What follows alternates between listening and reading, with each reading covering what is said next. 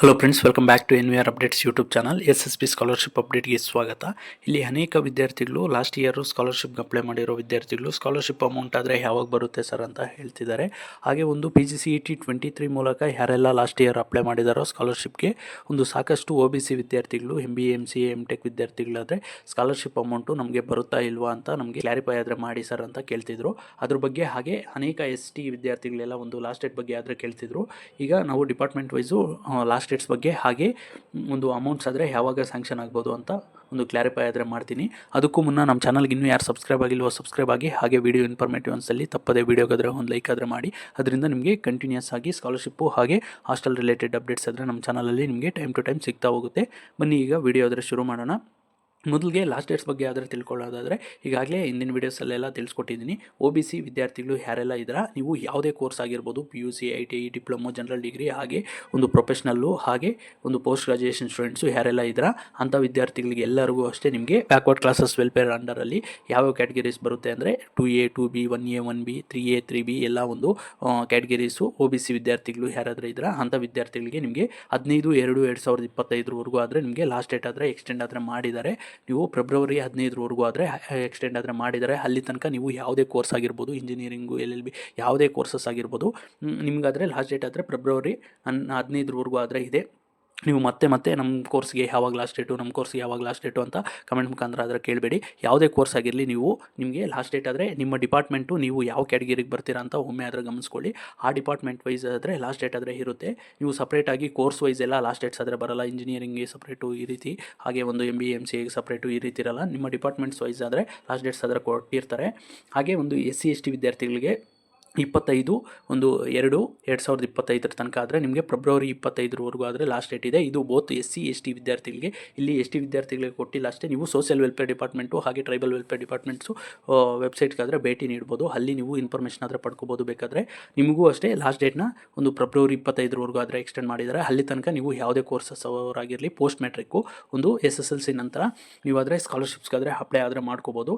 ಹಾಗೆ ಯಾರಾದರೂ ಒಂದು ಜನರಲ್ ಮೆರಿಟ್ ಸ್ಟೂಡೆಂಟ್ಸು ಒಂದು ಬ್ರಾಹ್ಮಣ ಇಲಾಖೆದು ಹಾಗೆ ಆರ್ಯ ವೈಶ್ಯ ಇಲಾಖೆ ಅಂಡರಲ್ಲಿ ಬರೋ ವಿದ್ಯಾರ್ಥಿಗಳು ಯಾರಾದರೂ ಇದ್ದರೆ ಅಂಥ ವಿದ್ಯಾರ್ಥಿಗಳು ನೀವು EWS ಸರ್ಟಿಫಿಕೇಟ್ ಮಾಡಿಸಿ, ಇನ್ಕಮ್ ಬಿಲೋ 1 lakh ಮಾಡಿಸಿ ನೀವು ಸ್ಕಾಲರ್ಶಿಪ್ಗಾದರೆ ಅಪ್ಲೈ ಮಾಡ್ಕೋಬೋದು. ಹಾಗೆ ಒಂದು ಲೇಬರ್ ಕಾರ್ಡ್ ಸ್ಕಾಲರ್ಶಿಪ್ಗೆ ನಿಮಗೆ ಒಂದು ಲಾಸ್ಟ್ ಡೇಟ್ ಆದರೆ 31/12/2024 ಇದೇ ತಿಂಗಳು 31 ಆದರೆ ಲಾಸ್ಟ್ ಡೇಟ್ ಕೊಟ್ಟಿದ್ದಾರೆ.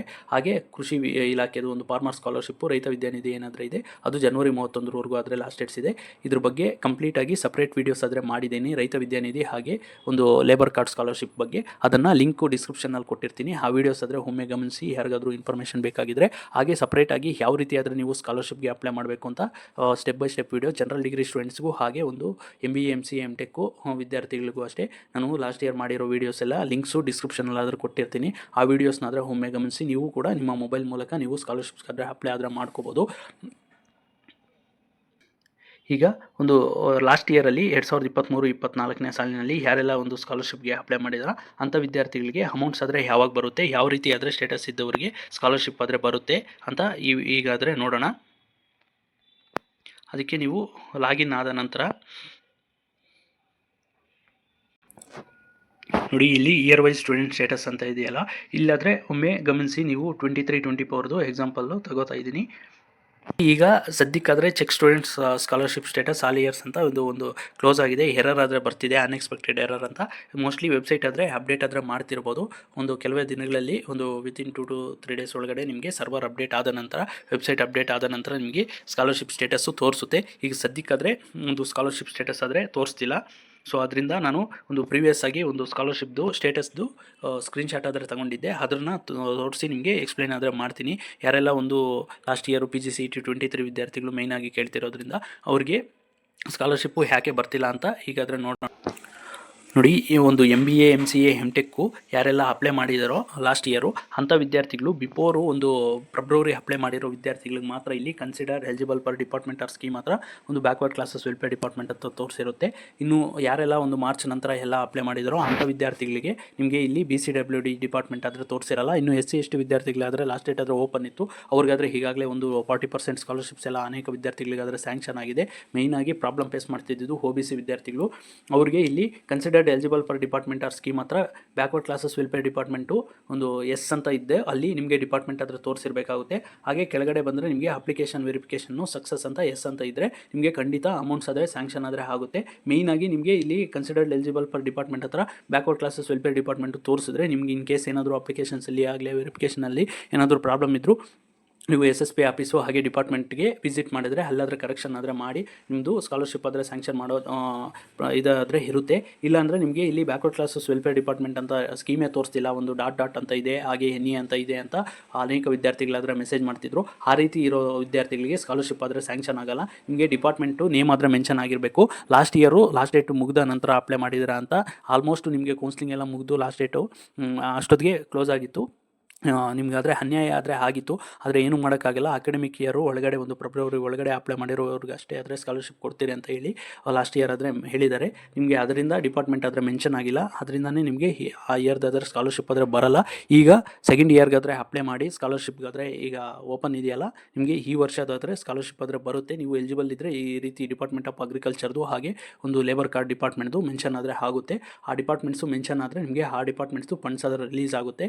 ಈಗ ಒಂದು 24-25 ಅಪ್ಲೈ ಮಾಡೋ ವಿದ್ಯಾರ್ಥಿಗಳಿಗೆ ಯಾವಾಗ ಅಮೌಂಟ್ಸ್ ಆದರೆ ಸ್ಯಾಂಕ್ಷನ್ ಆಗ್ಬೋದು ಅಂತ ಹೇಳಿದರೆ, ಈಗಾಗಲೇ ಒಂದು 22-23 ವಿದ್ಯಾರ್ಥಿಗಳಿಗೆ, ಅನೇಕ ವಿದ್ಯಾರ್ಥಿಗಳಿಗೆ ಇನ್ನೂ ಸ್ಕಾಲರ್ಶಿಪ್ಸ್ ಆದರೆ ಪೆಂಡಿಂಗ್ ಇದೆ.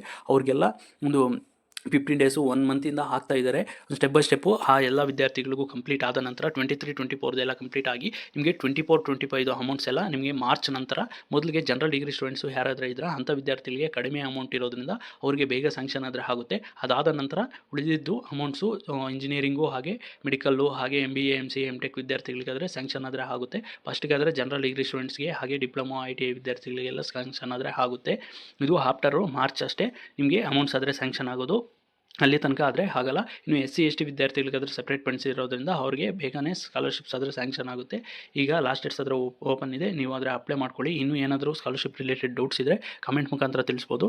That's all for this video. Keep watching NVR updates for more education on scholarship related updates. Thanks for watching guys. ಮುಂದಿನ ವಿಡಿಯೋಲಾದರೆ ಸಿಗೋಣ.